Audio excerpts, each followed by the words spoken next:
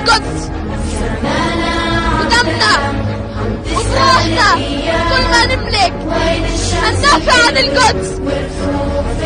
مش هنسلم على الكيان الإسرائيلي يا خونة، يا خونة.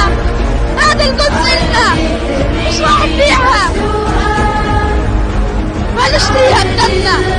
هذه القدس هتضلها إلنا، لا للكيان الإسرائيلي. القدس عاصمة الدول الإسلامية، وتبقى القدس عاصمة الدول. Killing of an unarmed autistic Palestinian man by Israeli police is drawing parallels to the excessive use of police force here in the U.S. A caregiver for the man, who is 32 years old, said that she repeatedly begged them not to shoot. MTS Tayyab has more on that.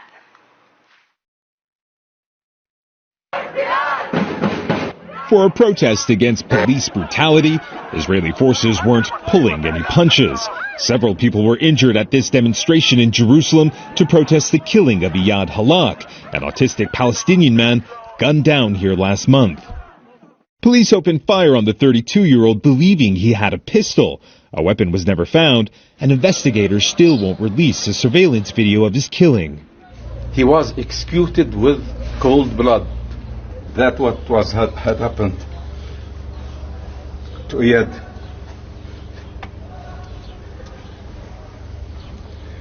I'm sorry, I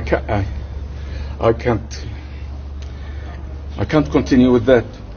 Just remembering something like that. He was everything for the family. Osama Owiwi shows us where his nephew died, crouched behind an overturned garbage can just steps from his school. He says a teacher begged the police to stop shooting. She saw what had happened. She told the soldiers, he is disabled. He is with special needs. He is autism. Don't shoot him. Don't shoot him. They didn't respond. For Owiwi, this is part of a much bigger problem, systemic injustice.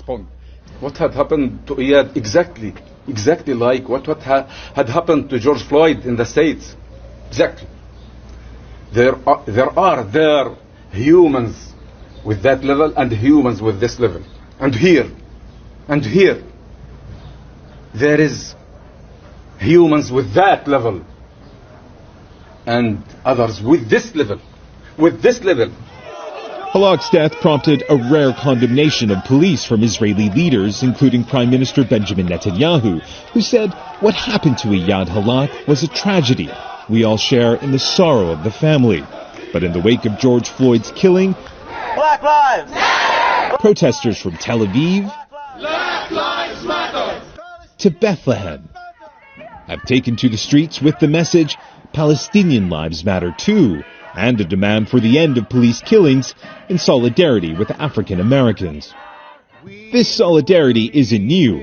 Back in 2016, Black Lives Matter activists flew to Israel to join Palestinian protests against Israel's military occupation.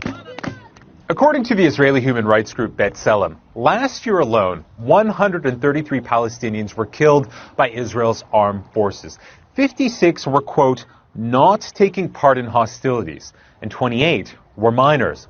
All part of a pattern, B'Tselem says, of shooting first and asking questions later. Living under the boot of oppression is a frequent theme for rapper and activist Tamer Nafar. He believes solidarity between Black Lives Matter and Palestinian Lives Matter protesters is vital.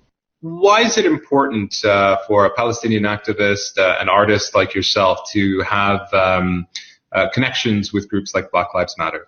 Sometimes even for that small moment, you see, I saw that sign yesterday near the Palestinian flag, Black Lives Matter and the Palestinian flags, and I felt that I'm part of the world, of a bigger struggle. And you know, it's not gonna stop the killing of another Iyad Halak or something, but it makes me wake up and resist again. Most protesters here say they know the struggles of Palestinians and Black Africans are distinct from each other, but that police killings of both groups happen far too often. something they'll continue to march against in unity. Imtiaz Taib, CBS News, London.